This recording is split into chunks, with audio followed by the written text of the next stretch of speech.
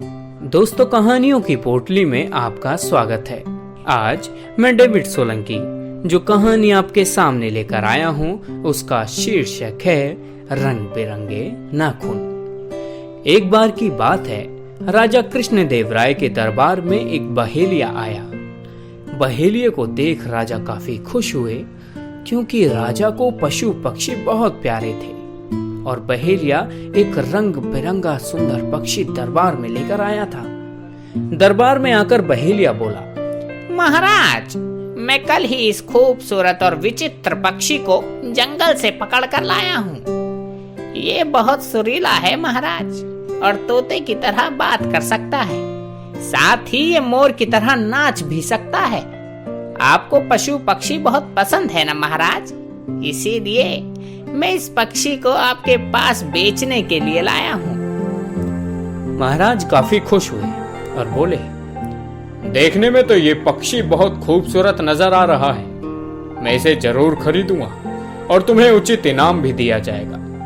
ये कहकर राजा ने बहेलिये को 50 सोने के सिक्के दिए और पक्षी को शाही बगीचे में रखने का आदेश भी दिया।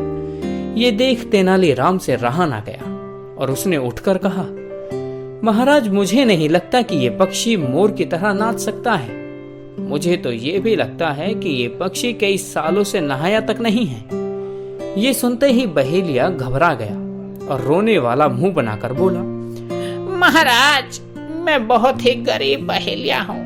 पक्षियों को पकड़कर और उन्हें बेचकर ही मेरा घर चलता है। जितना मैं पशु पक्षियों को जानता हूँ उसे प्रमाण की जरूरत नहीं है और ना ही शक किया जाना चाहिए। बेशक मैं गरीब हूँ महाराज, लेकिन इसका मतलब ये नहीं कि तेनालीराम जी मुझ पर शक कर सकते हैं। ये बात सुनकर महाराज भी तेनालीराम पर नाराज हुए।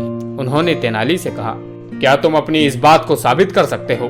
इतने में तेनाली ने कहा, हाँ महाराज, मैं साबित कर सकता हूँ। ऐसा कहते हुए तेनाली एक जग में पानी भर कर ले आया और पिंजड़े में बंद पक्षी पर डाल दिया। ऐसा करते ही दरबार में बैठा हर कोई आश्चर्यचकित होकर पक्षी की तरफ देखने लगा और राजा भी पक्षी को देखकर चौंक पड़े। तेनालीराम ने जैसे ही पक्षी पर पानी डाला, उस पर लगा सारा रंग उतर गया। पिंजड़े में बंद पक्षी का रंग हल्का भूरा हो गया। राजा चौंक कर तेनाली की तरफ देखने लगे। तेनाली ने झट से राजा से कहा, महाराज, ये एक जंगली कबूतर है, ना कि कोई विचित्र पक्षी। महाराज ने तेनाली से पूछा, तेनाली, तुम्हें इस बात का कैसे पता चला कि एक पक्षी रंगा हुआ है? तेनाली ने जवाब दिया, महाराज, बहेलिये के नाखूनों पर गौर करें। बहेलिये के रंगीन नाखून और पक्षी का रंग एक जैसा ही है। इस बात से ये पता चलता है कि बहेलिये ने पक्षी को रंगा। ये सब देखकर बहेलिया वहां से भागने ही वाला था कि सैनिकों ने इसे पकड़ लिया। राजा ने उसे जेल में बंदी बनाने का आदेश दिया और उसके सोने के सिक्के तेनालीराम को दे दिए। दोस्तों, इस कहानी से हमें ये शिक्षा मिलती है कि झूठ को चाहे जितना भी छिपाने की कोशिश करें, वो सामने आ ही जाता है। इसीलिए कभी भी झूठ बोलकर या लालच से किसी भी चीज की चाह नहीं करनी चाहिए।